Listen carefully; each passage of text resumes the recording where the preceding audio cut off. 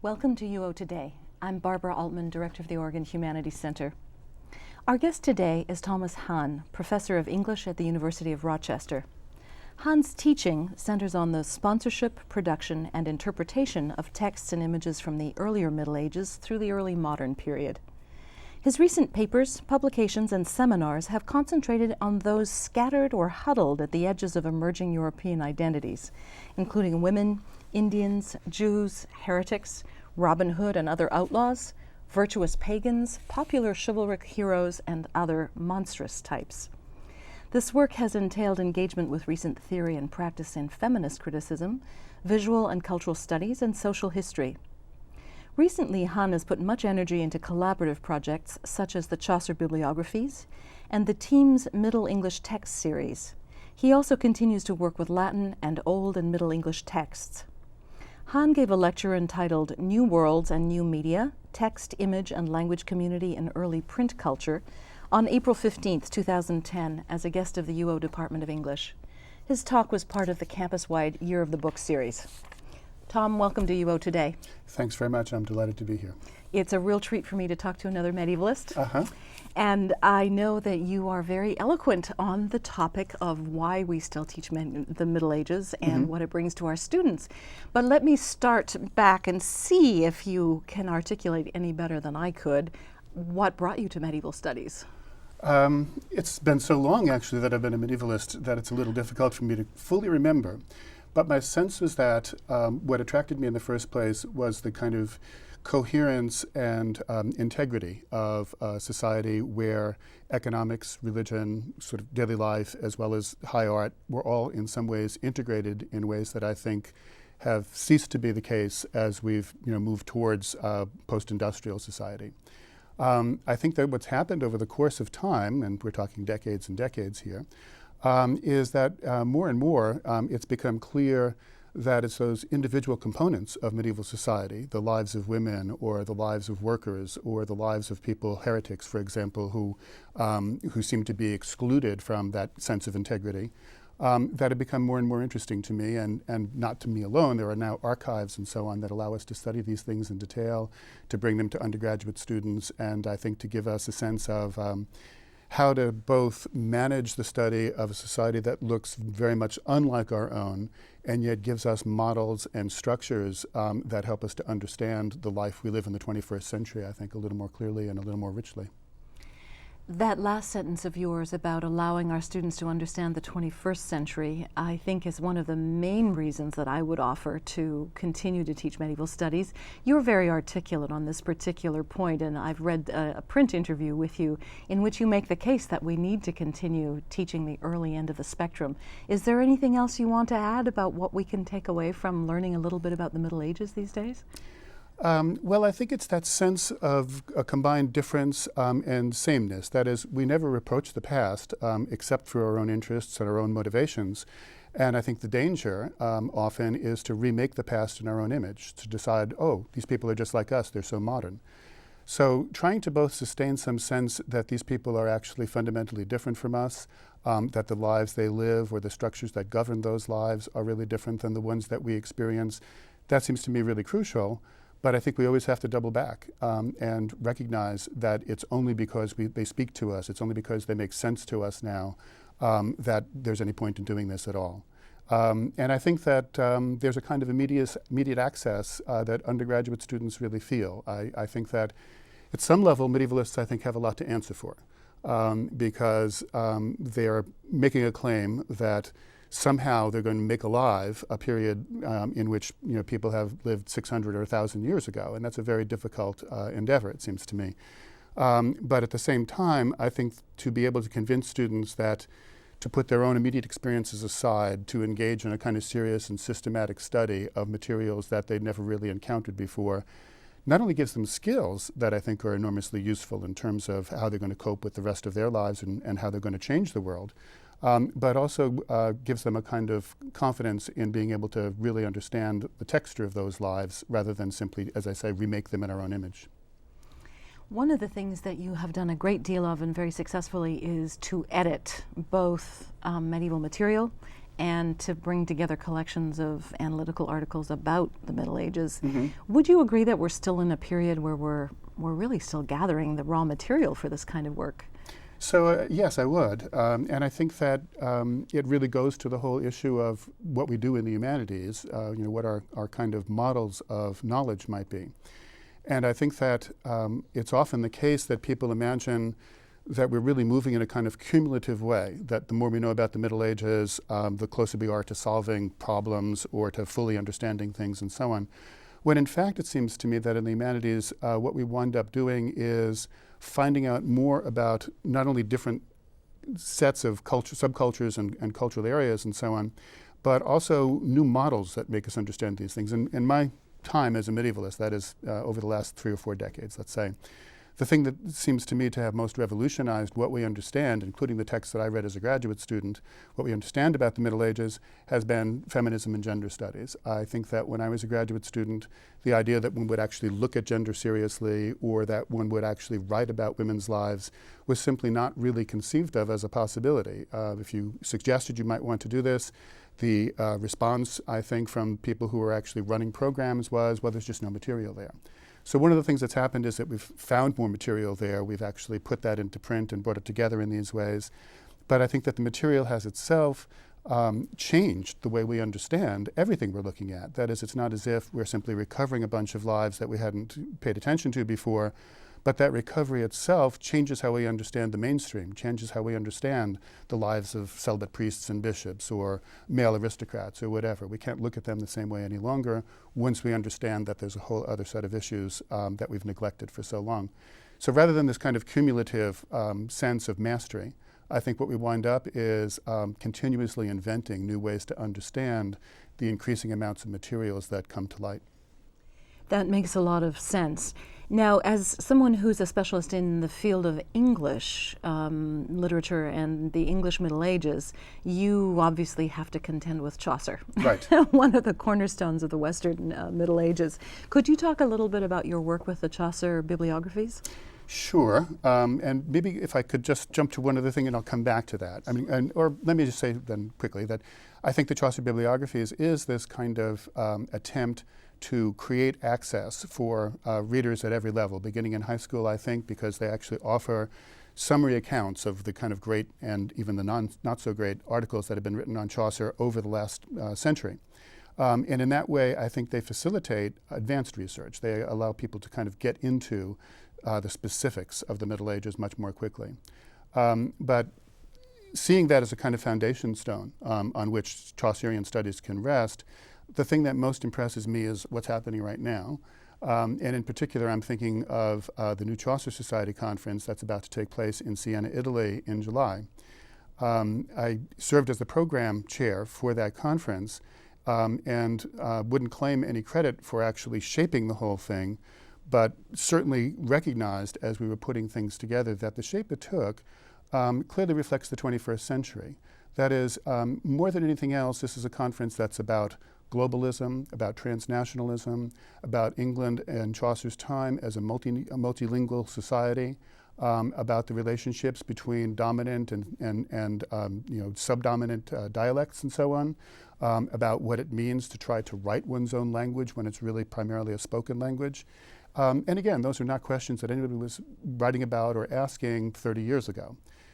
So that I think that it's impossible not to see that what's happening across the board, I think, in educated society, in other words, not just in journalism as well as in academia, is bound to actually affect the questions we ask about somebody as far removed from us as Chaucer. And even though he wrote 600 years ago, and even though we knew that his writing in English was itself a new thing in many ways in its own time, I think we now begin to see issues like not only the kind of connection of a mother tongue, a tongue that's spoken at home in domestic space, a tongue that one might actually refer to, I think, productively as feminized in some ways, becomes this really aspirational language in which high art or at least lasting art gets produced by someone like Chaucer. And he's not alone. There are a whole series of contemporaries who are doing the same thing. So it's clearly, again, a kind of convergence of social forces that's producing this rather than the genius of some individual. But I do think that Chaucer studies reflects that kind of larger sense of how we combine our present-day interests with a genuine engagement and a preservation of the autonomy of these things that came into being 600 years ago, these lives that were lived back then. Now, you said you wanted to use that as a segue to something else. Do you remember what you were Well, that going was to the say? segue, actually. I wanted to get to this, to the way in which this conference has taken shape, because it really does seem to me to be an extraordinary thing.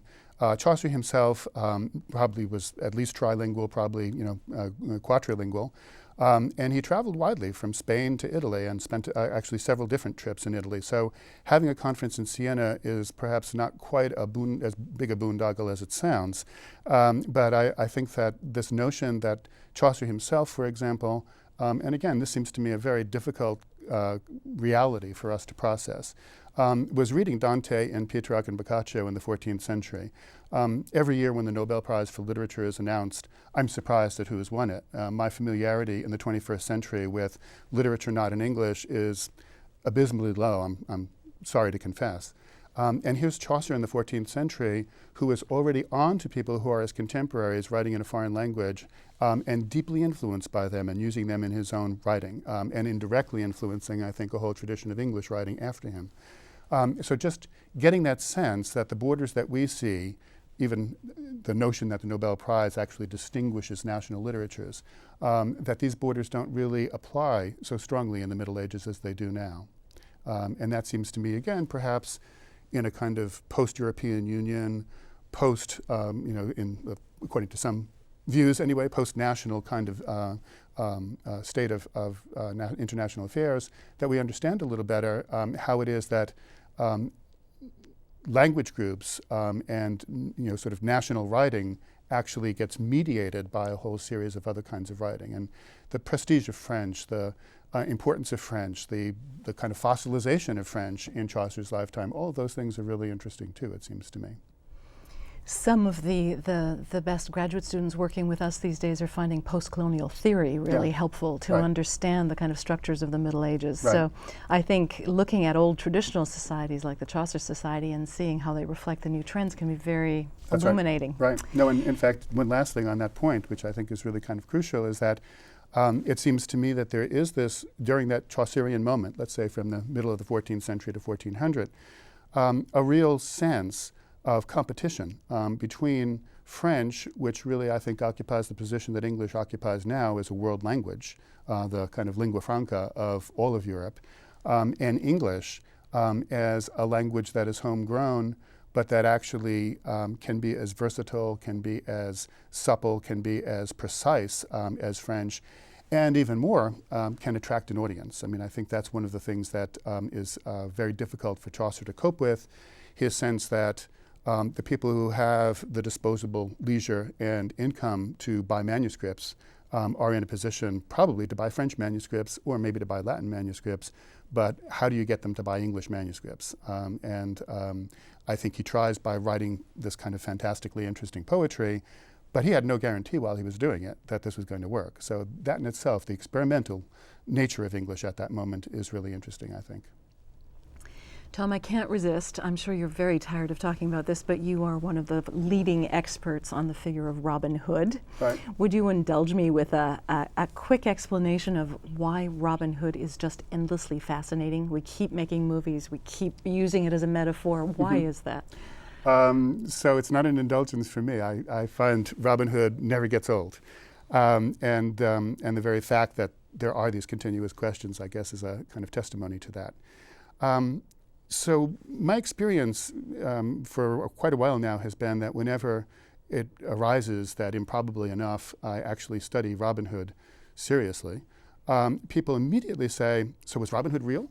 And my answer to that in the kind of most recent set of questions has been, yeah, in fact, he was just in this room last semester. By which I mean that we had an exhibition last fall in Rochester as part of an international Robin Hood conference. And what that exhibition featured was everything from fairly early print editions of Robin Hood through very popular kinds of materials, children's picture books, kind of serials and boys' books from the 19th century, 20th century colored books, Howard Pyle's Robin Hood, which I think is a really landmark piece, And then Hollywood, because Hollywood really has adopted Robin Hood in the 20th century and made a huge moneymaker out of him. By saying, yes, Robin Hood was in this room, what I want to suggest is that he's real insofar as all of these material artifacts show us the immense role that he has played in the lives of English speakers, and that this has been the case for at least 600 years. He's mentioned during Chaucer's lifetime in a poem for the first time, but in a way that suggests that everybody knew who Robin Hood was at that point. So we have a figure who, for the last 600 years at least, has been a central part of the cultural baggage that every English speaker has owned. And that's a really remarkable thing. And the question that I really can't answer, I'm sorry to say, is why. Part of it seems to be his versatility, that he can be all things to all people. If you're an arch conservative and a survivalist, well, Robin Hood actually is somebody who lives in the woods and he fends for himself and he's against taxes and he's against big government. And he's really an entrepreneur. He just does what he needs to do for himself. Who could be more autonomous and independent than Robin Hood? But if you're a socialist, well, Robin Hood is actually in favor of the redistribution of wealth. He steals from the rich and he gives to the poor. He is always the friend of the person in need. He believes in a kind of completely leveled society. All those stories of his fighting anybody who'll come into the Greenwood on a level playing field and so on, that's all about some sense of a kind of democratic sense of competition and of face-to-face connection. So I think that anywhere in between those, Robin Hood can actually serve, to be a hero, to be the source of a story, to be a figure that we can build on as a peg. And that, I think, explains it in part. It's not a good explanation because it explains too much. There's too much there. But it seems to me as close as I can get to explaining why Robin Hood is so popular. But just to go back, yes, he's real, he's been in this room. The point there is that, and let's just stay with Hollywood for a moment, when Douglas Fairbanks made his film in 1922, it was the most expensive film that Hollywood had produced to that moment. When Warner's made the 1938 Errol Flynn film, that was the most expensive film that Warner's had made to date. And both of those films made money back many times over in terms of that initial investment. So if one thinks about this, and thinks about, for example, right now, the Ridley Scott, Russell Crowe, Cate Blanchett film, which is about to appear next month, clearly that's a film by virtue of the salaries that they've paid those stars and the director, by virtue of the production values of this and so on. It's a film that is going to cost tens of maybe hundreds of millions of dollars. They're fully confident, obviously, that this is going to make it back. If that's not real, if hundreds of millions of dollars are not real in some basic material sense, then it seems to me that we've misunderstood what we mean by real. If we mean, was there a single person named Robin Hood who actually performed all these deeds that became his legend? I think the answer has to be no, because even if there were some individual who lived and whose name was Robin Hood, he never in a single lifetime as a local village hero could possibly have done enough to generate those stories. So what we have instead is a series of stories that have been, I think, frequently generated by communities themselves as a kind of shared entertainment, and then in the 20th century, through the United States and Hollywood, a kind of cultural icon that has become not just an English local hero, a U.S. kind of film screen hero, but an international icon. After Hollywood, Robin Hood has become known throughout the world. He's immediately recognizable everywhere. So it's a really remarkable kind of way in which he's maintained his popularity and, in fact, if anything, has actually succeeded in escalating his recognizability, his influence, his belovedness, and so on. I'd like to turn now, if you will, to the topic of your lecture here at U of O, the April 15th lecture, the title of which is New Worlds and New Media, Text, Image, and Language Community in Early Print Culture. There you're working obviously towards the end of the Middle Ages and that great shift that is represented by the switch from manuscripts as the predominant form of written word to print. Right. I'm assuming that print is the new media to which you were referring? Oh, absolutely. And what brought you to this moment, as opposed to a little bit earlier when Chaucer was producing his works? Right. So this does actually go back very far in terms of my intellectual history. I was always interested in the ways in which Europeans represented non-Europeans, and in particular in the ways in which in Middle English literature Indians get portrayed. Alexander of Macedon is a kind of major hero throughout the Middle Ages. There are romances in every vernacular and many romances in Latin as well. And one of the highlights of his career is his invasion of the East, and in particular his dealing with Indians. It's been my kind of solitary voice that's claimed that I think there's a real connection between those Indians and the Indians that Columbus claims he's discovered when he writes about the New World. And it's not simply, in other words, that Columbus is in an eccentric way saying, oh my goodness, look what's happened, but rather that Europeans who read Columbus's letter really understand what it is he's talking about. And so what this suggests is, both in terms of content and expectation, some sense that Europeans were prepared to hear about Indians what Columbus had to say, so that there's some overlap there in terms of content. But that also, one of the things that I think is really interesting, and people who have been engaged for the last 20 years in the history of the book and the history of print have been very emphatic about this, the much kind of more gradual transition from a manuscript culture where artifacts are produced by hand to a print culture where we have mechanically reproduced, mass-produced items and so on. That's a radical shift for sure. The founding of the New World itself, is the other radical shift that people often use as epic-making or era-ending or whatever events. And yet I think there's a real continuity between all of these things, and that's part of what I'd like to look at.